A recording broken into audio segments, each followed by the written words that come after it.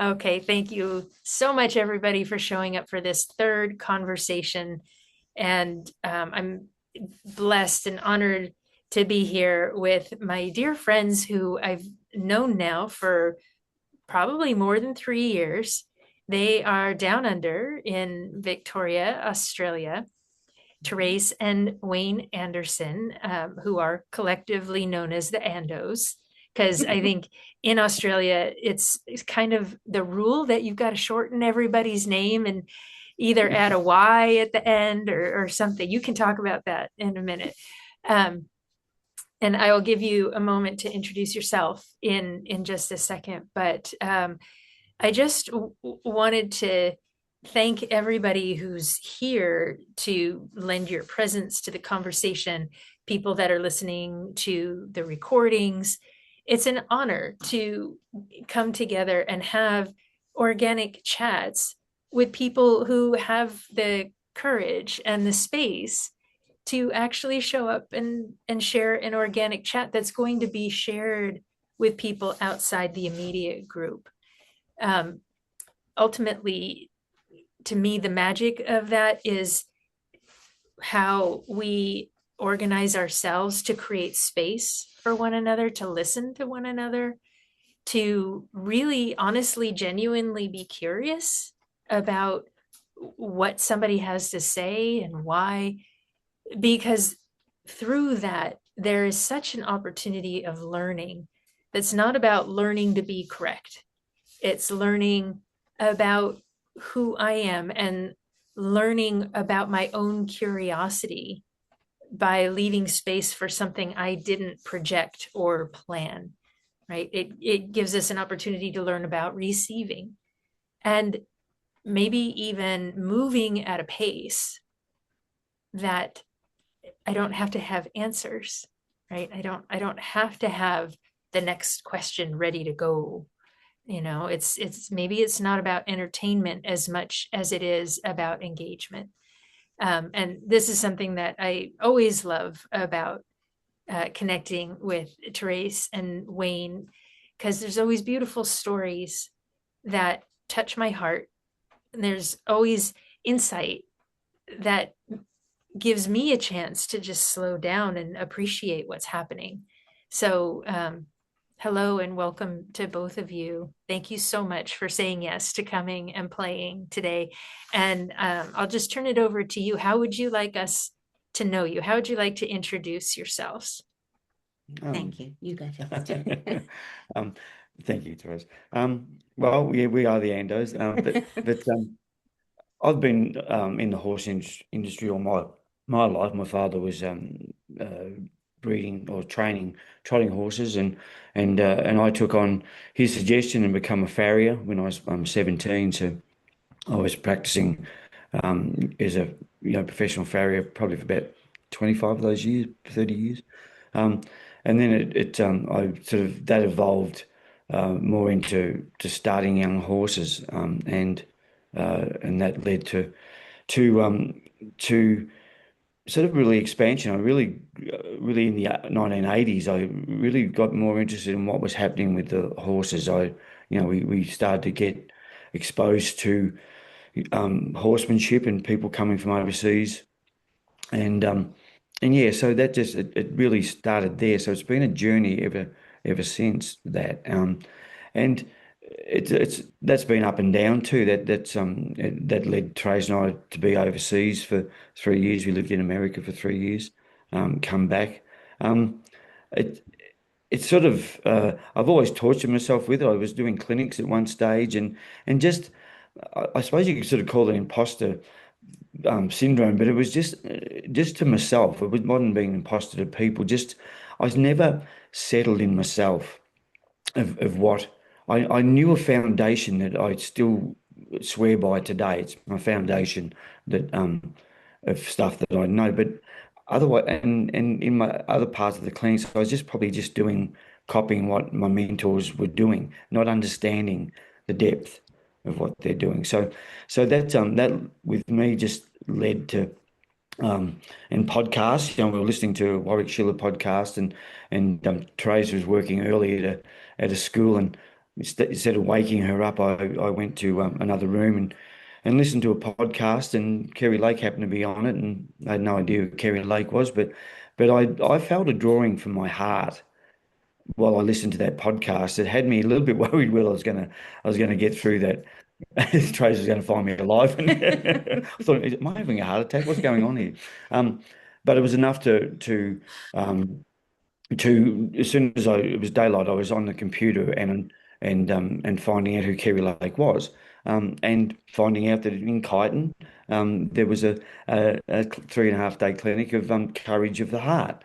So when you speak to me now, when you speak, regarding opening up and not creating things, like I'm just um, coincidence is not a word I need to use anymore. It's just being open to and that's been my our journey too Mm. from that, which is yeah, why we're here. Yes. Mm. So, my name is Therese. I have been involved with horses for most of my life as well. And I'm learning. I'm still learning. I'll always be learning, and that's really a wonderful thing. Kerry's been a great help in that, not just with horses, but with people and myself. Actually, probably myself more, which is wonderful because I'm still growing, which is very exciting. And yeah, it's really exciting. And when we went to that clinic in Kyneton, 3.5, yeah, good 3.5 years ago, that's really started to open us up to everything, to life, to there's a wonderful word. I don't know whether you've heard Kerry use this word, unspeciated, but you will hear it if you haven't already. And that's lots of things seem magic. They're not. They're just normal. They're nature. They're opening up. They're growing, and they're wonderful. And we just so appreciate you, Kerry, and our group. So thank you. Thank you. Thank you both so much. Yeah, it's such an honor that we still get to play together, and every time I see you guys, it's like, oh, let's go, let's get started, Like I feel like I'm always just getting started as well and learning. So it's just an honor to have continuity with anybody, whether Yes. it's a one-on-one friendship or continuity with a group of people, or a way of being. It's actually something that I don't know, I can't say it's new to me, but to experience continuity with a group of people, it's a revelation still to me. I live in wonder. I mean, Mm. humorously, but it's true. I keep being like in awe, like, wow, people showed up again. Like, oh, they came back. Wow, this is amazing, you know? Um, and I get to keep learning about the continuity of cultivating a group together, and what changes as we allow depth and connection to continue to happen. Um, Therese, Wayne said that you were a teacher. Are you still a teacher? And can you tell us about that? Mhm. I'm actually an integration aide. So I work with people who have some kind of a learning difficulty, physical or mental. I'm actually not working in that field at the moment, but Kerry, I loved it. I just loved it. I love working with people like that.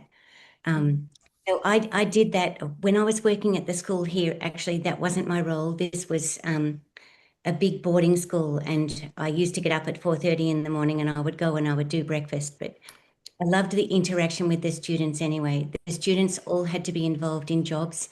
They had to set the tables and sweep the floors, and so it still was an interaction. I must admit, I do love working with children.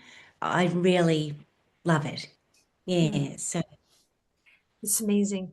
So I, before we decided to share this conversation, we talked briefly about a topic of the magic of working in groups. And so, where my curiosity is going right now is about working with different age groups of people and what it means to be, to engage in a group with young people, right? Even if you're the role of the teacher or the aide, you're still working in a group, right? And then it might be really different working in a group of people who are professional peers or people more my age, right?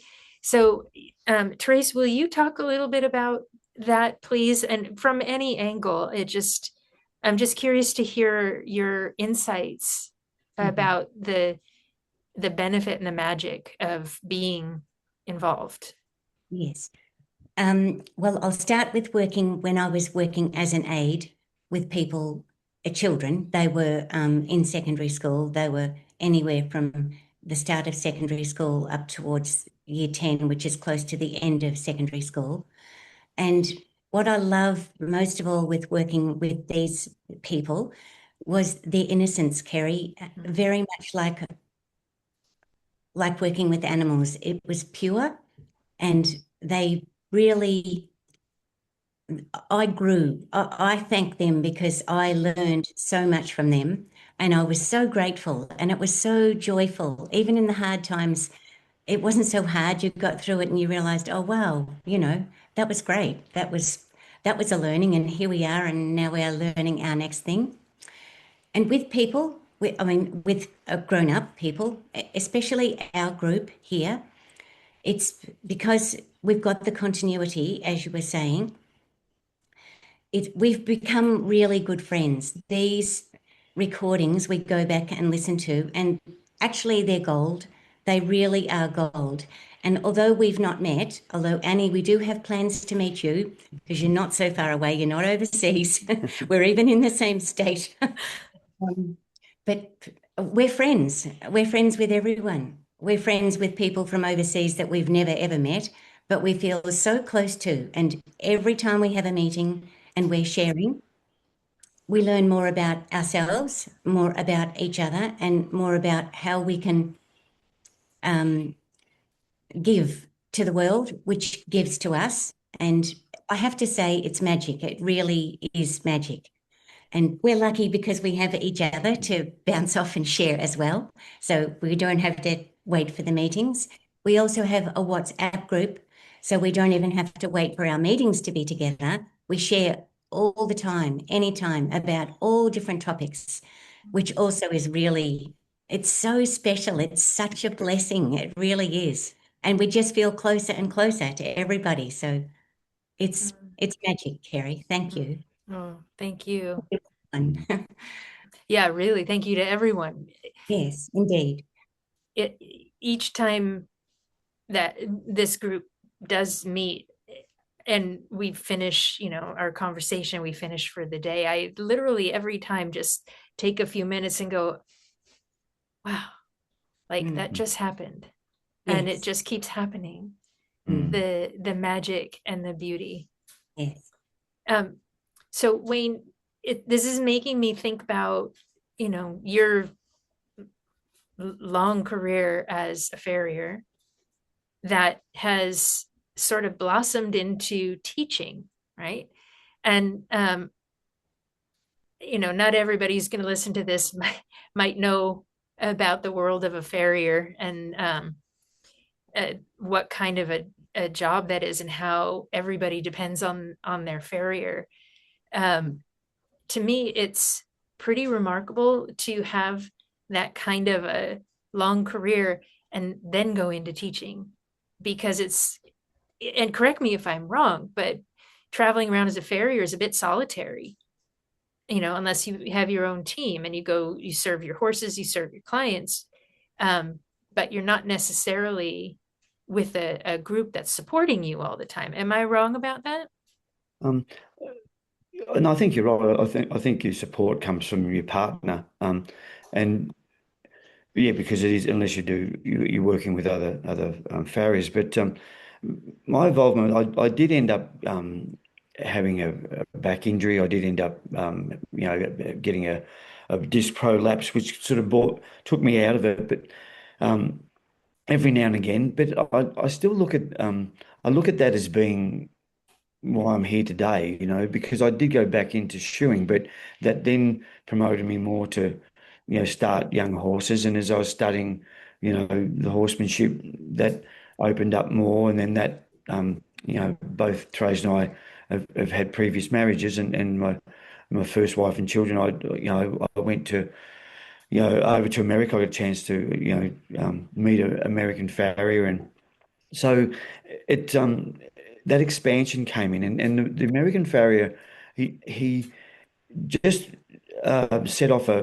he showed me things I was doing wrong. I thought, and at the time I thought I had things worked out. I'd done a 5-year apprenticeship, and we blah blah blah, and that encouraged me to want to then, I took a second mortgage out, which really we couldn't afford, and uh, and over I went to study horsemanship and shoeing. Um, so in that process, I we travel. I become a certified farrier, American farrier. Past that, we went and met.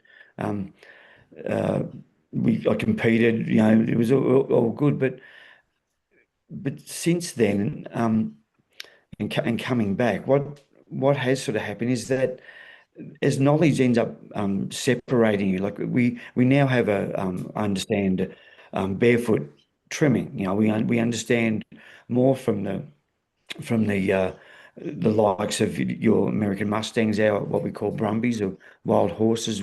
Um, so one of the young, well, he's not young now, he's in his 50s, but I taught, there's a couple that run an equine podiatry college, and I used to shoe Nikki's, the wife's horse.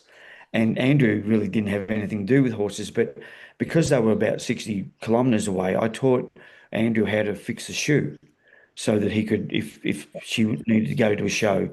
But that has evolved for them to be. Andrew is probably one of the leading authorities in my mind of horses' feet in Australia, and with the Equine Podiatry College in bringing the likes of Dr. Robert Bowker out from America, and so they evolved me with that on the horsemanship side to try to add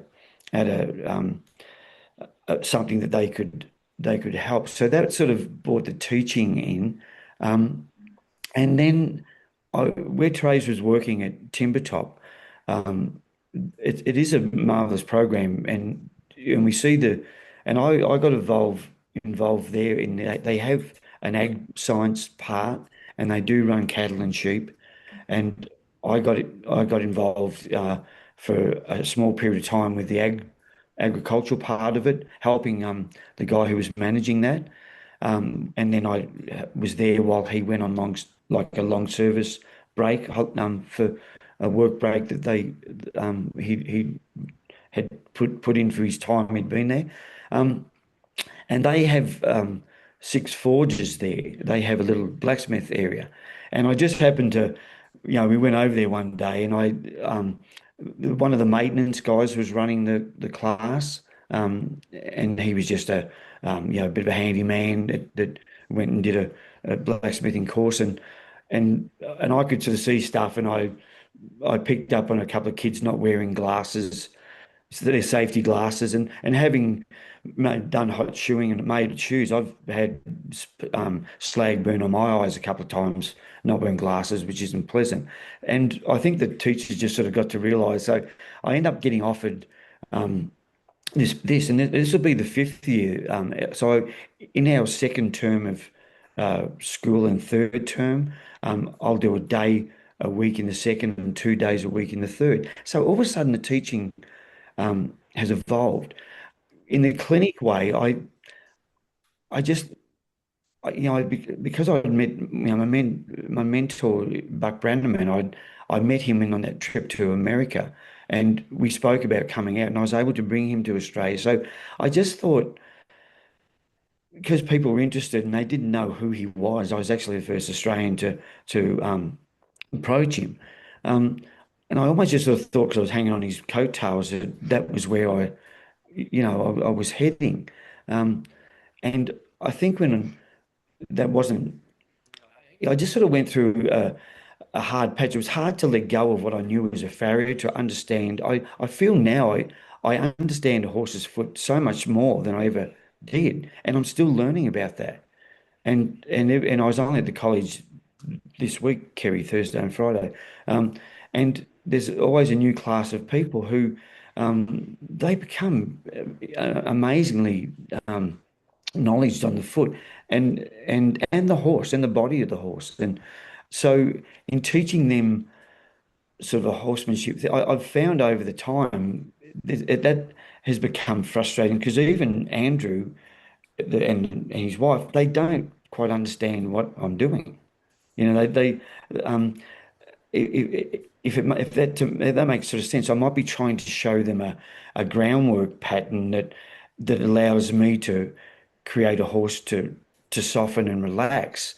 So that allows me to get under that relaxed horse when he's maybe been upset. I wish I'd known that I wouldn't have a prolapse disc. But in those processes, because sometimes that might take 10, 15 minutes, and of course, not every horse owner wants a person to pull up and be working on their horse.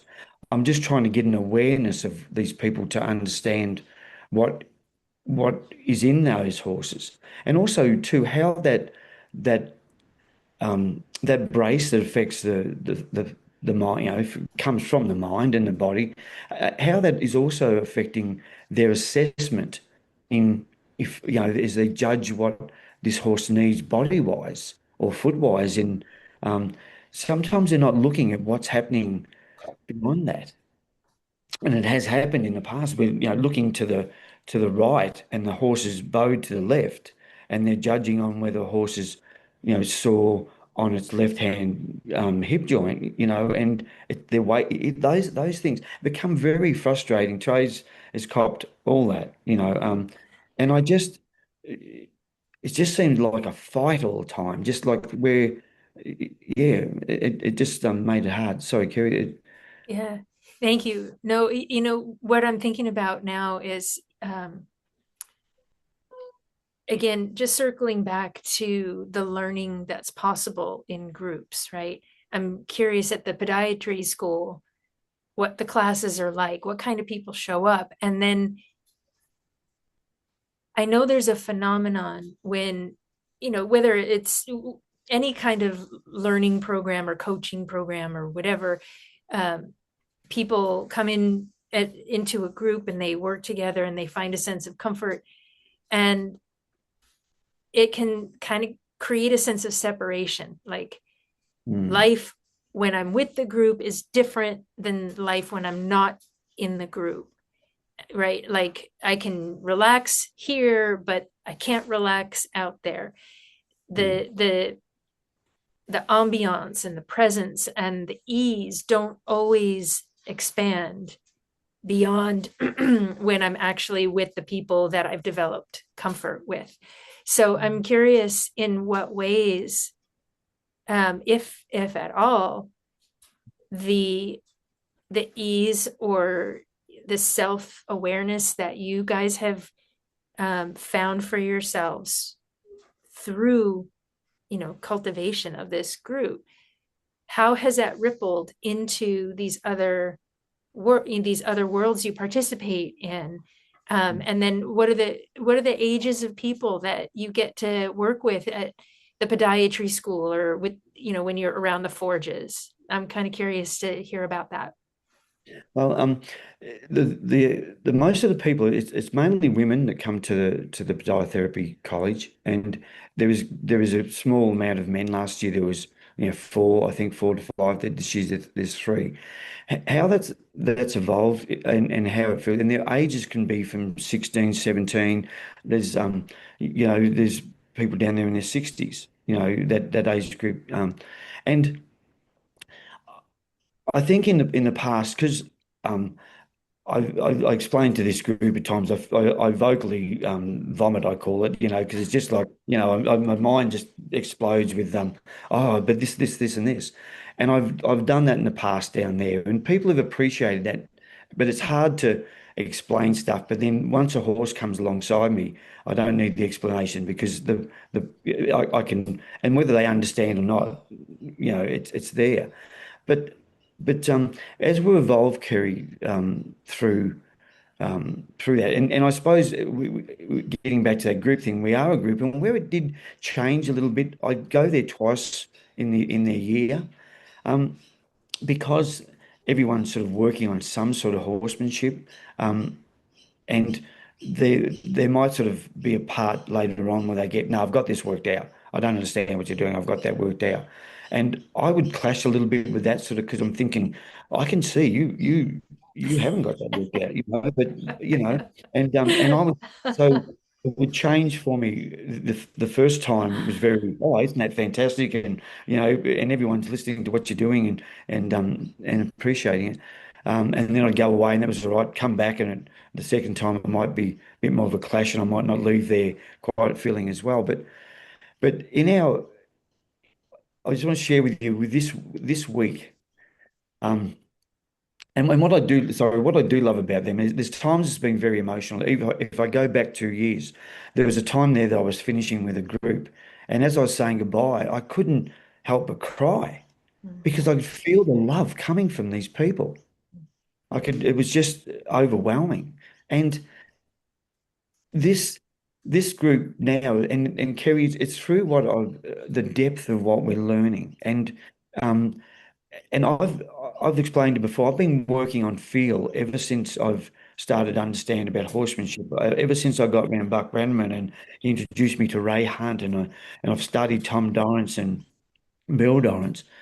I've been working on feel, and it's just gotten deeper. And since I've met, it's 3.5 years ago, it's just continued to that depth. So this week, it got to the place where there was it was what I'd sent down there, the feeling I'd sent down there was so strong. The group were amazing. That we started with the horses rather than in the classroom.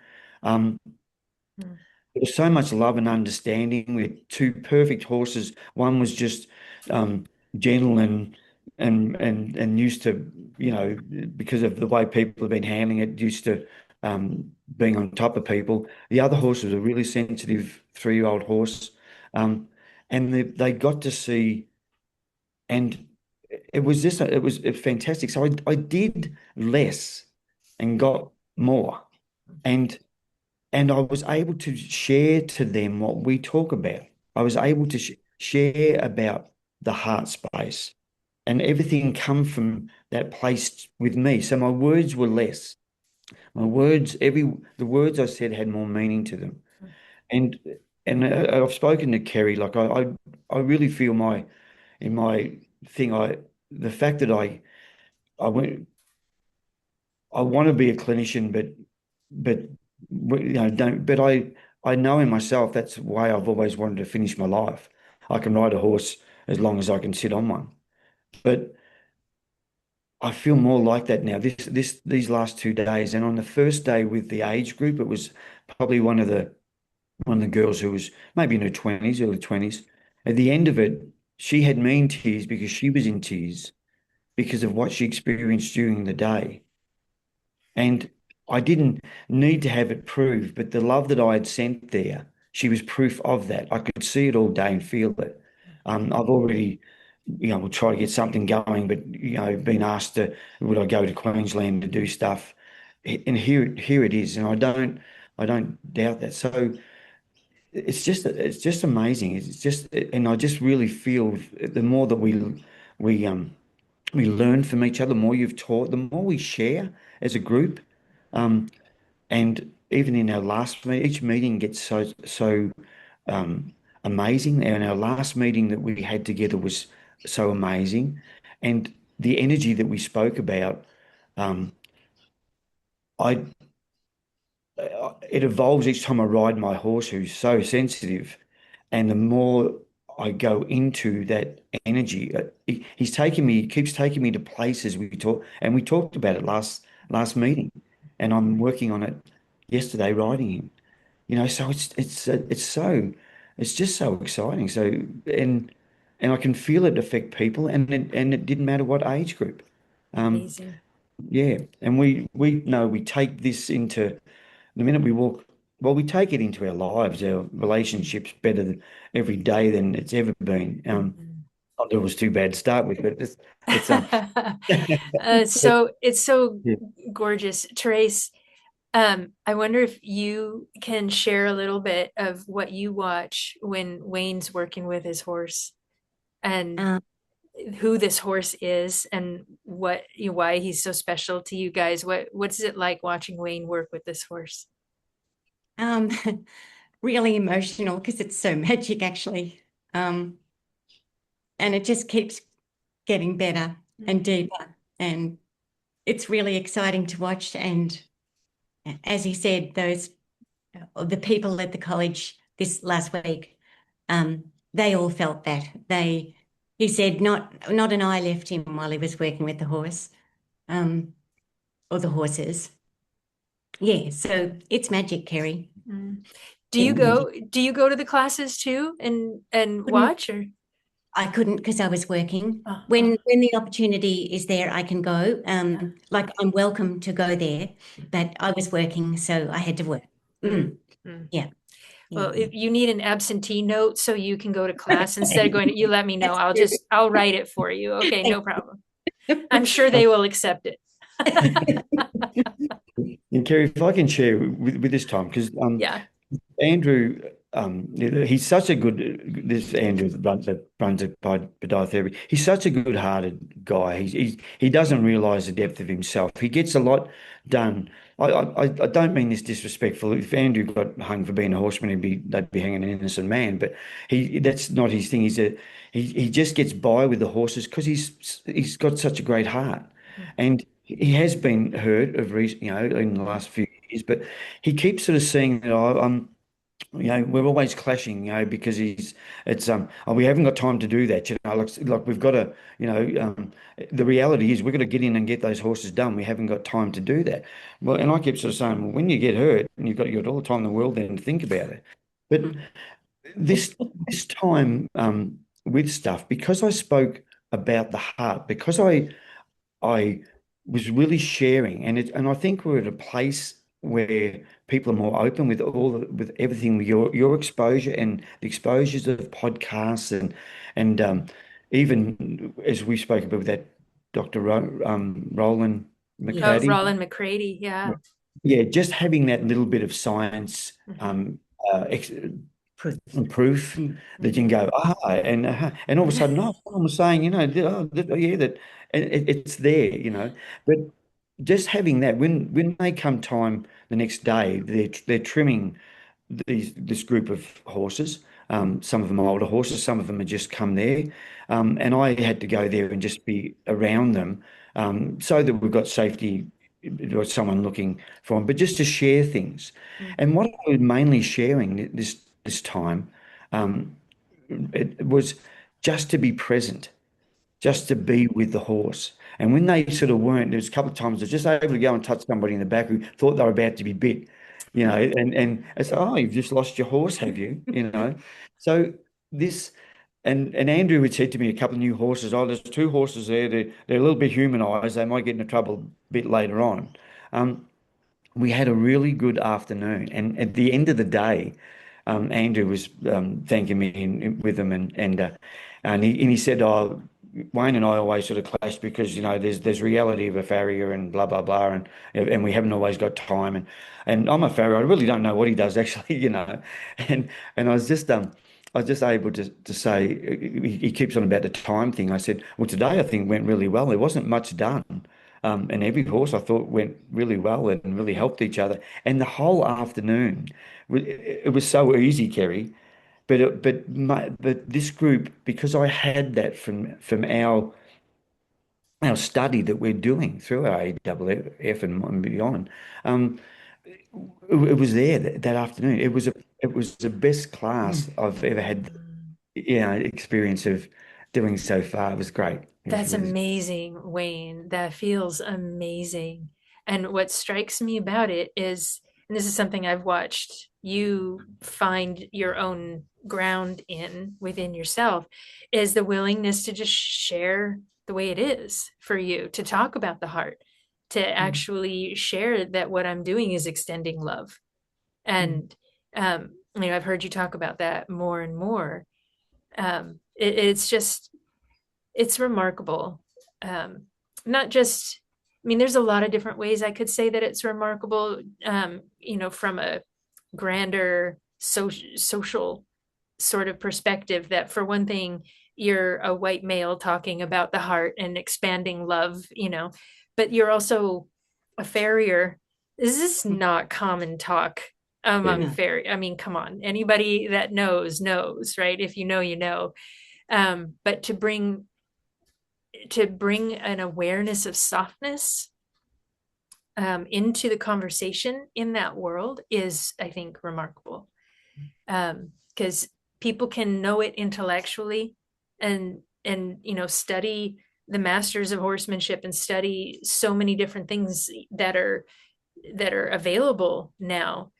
But it's one thing to know it intellectually, and it's another thing to actually allow one's self to be changed by softness, and then let my presence become a different force in the world than just being recognized or correct, or like you had said before, being absolutely sure that this person knows something and that person doesn't know what they're doing, and to just go in and exert force is very different than cultivating softness as an actual lived experience, and discovering it. So um, again, my mind's just doing a beautiful little dance to stay hooked into our topic of working in groups.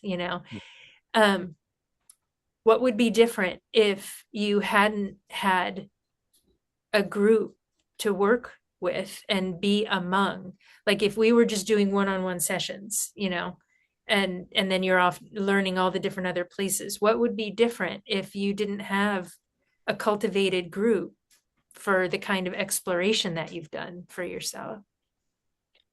I think the beauty of the cultivated group is seeing that, having that comparison, having that volume in front of you, where you're not just trying to work on yourself, you're actually seeing the changes, or you're able to um, uh, feel that go through the group.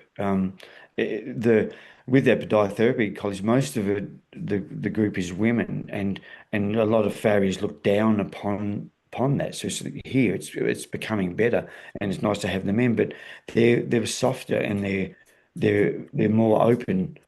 They're more sensitive to be there. The couple of guys that are there, hasn't been all of them always, but mostly they're great guys. This group is just oozing. But so you just get to share, but you get to bounce back with their presence, their being. Get to see their emotion. Um, uh, Mhm. yeah, I think that's their journey, the way they take it on, and also what's helped with that, the judgment. To what really helped with me. I know you sort of hear these things from you, but to experience where the more I can operate from my heart space, judgment, there's no room for judgment there. Judgment's from the head. So it's just not there. So I can approach the whole conversation with this group. And I don't feel I would, if I didn't have other people to bounce off and I might not see it exaggerates it for me. If it was just Therese and I working on each other, we'd have a great life together.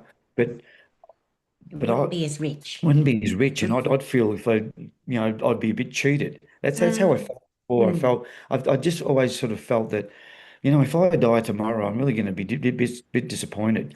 But already at the moment, I'm just like, hey, this is I know I'm where I need to be, and I can see the depth of my mentors, past and present, um, daily. I'm seeing what I couldn't see. when I was watching them. I'm feeling what I know they felt, and I know they felt it. I know they felt it because of the animal, all the people, and yeah. Mm. So Yeah, yeah, amazing. Go ahead, it's just Therese. Yeah. Yeah. sorry. I was just thinking too with our group, because we're speaking about the same topic, but you're hearing different people's experiences. That adds such a richness, because you think, oh, I hadn't thought of doing this that way, or gee, I actually felt like that too. It's very rich. It's so rich. Mm. And going back to the 15-year-olds that he works with at Timbertop, it's been wonderful for his teaching as well, because he comes home frustrated sometimes because this kid's fantastic and that kid's not. And I've said, and he's learned, they've tried just as hard. In fact, maybe the kid who wasn't even that good tried much harder than the kid that was fantastic.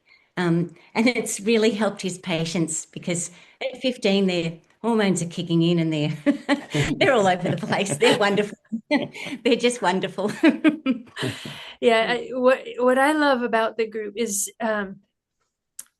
the whole idea of having one person is the teacher, and that's the person whose information is supposed to be the best, and it has never worked for me, because everybody has wisdom, right? Everybody has experience. And I what I hope to do and prioritize when I'm facilitating is to generate an environment where people have the opportunity to drop the judgment, if even for half a minute at a time, to experience that excuse me, in the presence of others, right? I think cultivating the group so everybody is kind of doing the same thing, meaning exploring their own world in and among others, it just creates this amazing space where we're not projecting or grabbing. We're all there side by side, um, to explore, like, who am I really? And like you were both talking about, hearing other people's way of relating their own experience, like listening to how one person processes their experience and their awareness and then finds words for it. Like, you can't put that in a textbook. You can't teach that. You have to, like, create the space to welcome it forward, to invite it to happen. Mm. Yes, which you facilitate really well, Kerry. It's so exciting. It's so exciting, because you're just getting better and better at everything, and it just makes life so exciting. Everything in life so exciting. Thank It's you. amazing. Well, thank you. You guys are such a contribution to everything. And I would love to see Wayne working with teenagers. I think that would be so much fun. I would just sit back and have a snack or some popcorn, and maybe have my goggles on and a hammer in my hand. How cool would that be? I think that would be Yeah. amazing. Kids, you've got some temperatures up there with metal that's sort of white hot, 1500 degrees Celsius, and like it's My God, that would be, I honestly think that would be so much fun. In college, one of the classes that I took was tractor driving. And you could either choose to work on an engine, a diesel engine, or do welding. So I chose welding, and it's so much fun. Like, highly recommend. Like, you've got metal and all of a sudden it's melting and you can bend it, and you're like, whoa. And your whole brain is like, all right, what else can I do? It is so much fun working with hands and really, really building things.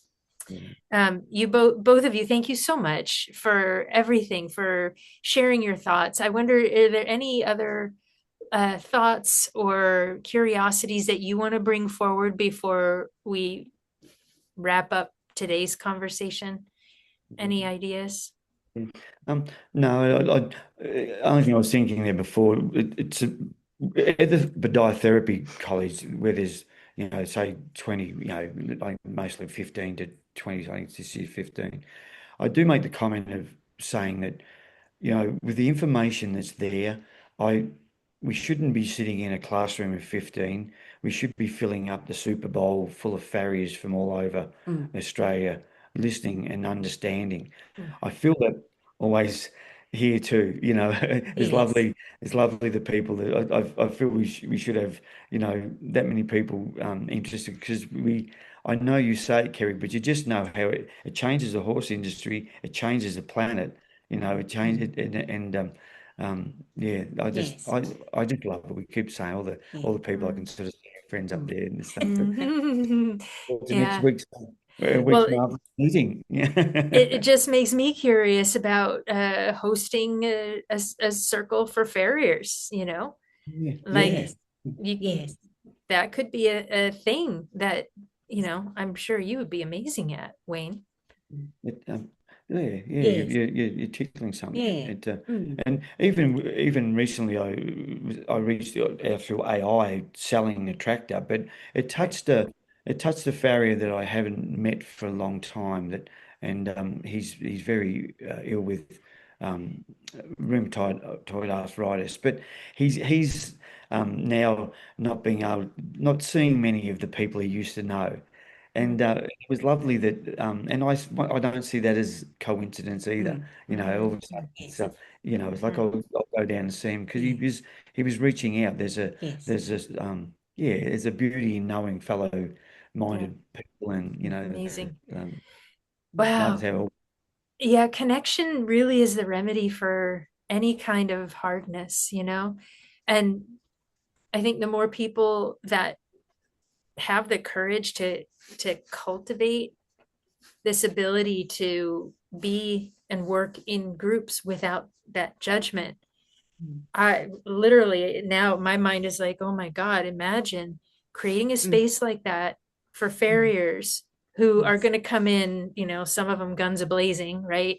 And many of them defensive like crazy, not Mm. really coming from a background of having conversations that honor the wisdom of everybody in the room. Mm. But imagine to create an opportunity like that for the farriers who do see the value.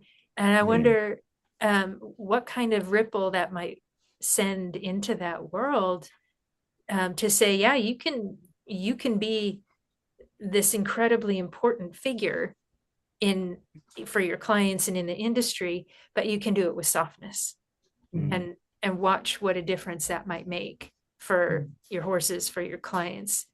Like, I don't know, that sounds like an awesome idea to me, but Yeah, um yeah, Agree. no, Mm. yeah, and it's a reality because even with see Andrew, it has it in his it's just not understanding what he has. But then also too, I haven't been able to present that to him. This is the first time mm, that, and he Yeah. didn't understand it, but it's a start, yeah, and yeah. he's seen in the people on the second day. I said to him yesterday went really well because Andrew wasn't there for most of it. And he said, "Yeah, I hear it did, But then at the end of, he's like, "Well, I don't really know what Wayne did, but anyway, but Yeah. he's getting it back from It's his good. students that Yeah.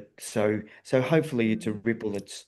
and he's still in the farrier industry. He's still amongst the farriers that might not sort of. So if you can, who Mm. knows? Mm. You've just thrown yeah. a pebble in the pond. Mm. So yeah, I love it. I love it. Well, that's how transformation actually works. I think Yeah. the people who do have space for it drink in whatever the resources are and let themselves be changed, Mm. and then go put themselves back in, the middle of whatever the environment was, but in a different way. That, and everybody around feels the change, whether Mm. they think they do or not. When we let our own presence transform, Mm. you can't help but be affecting everybody around you. And I've come to see too, because it took me whatever it took to just relax into this. It doesn't matter whether you discover self validation, right? You discover how to um, self-reference and realize that awareness of my own presence is the evidence that my presence has an effect, that my presence is a contribution to the room. And then when you go a little bit further and let your words be generated from that presence, now we're talking, and so all of that to say, Wayne, thank you for the way you're walking in the world. And Therese, you are such a beautiful heart. Every time I get to be with you, you bring a feeling of softness and love and care. And I just feel so honored that I get to sit with you guys and learn Thank from you. you as we all share so much goodness. Yeah. Thank you, Terry. Yes. Yeah. You Thank enjoy you. this time. Thank you. Yeah. Thank you. Thank you Yeah. both so much. And I will see you in about a week's time. Yes, indeed. All right, guys. Thank you. Thank you, everybody, for being here. And we'll see you next time. Bye, guys. Thank you.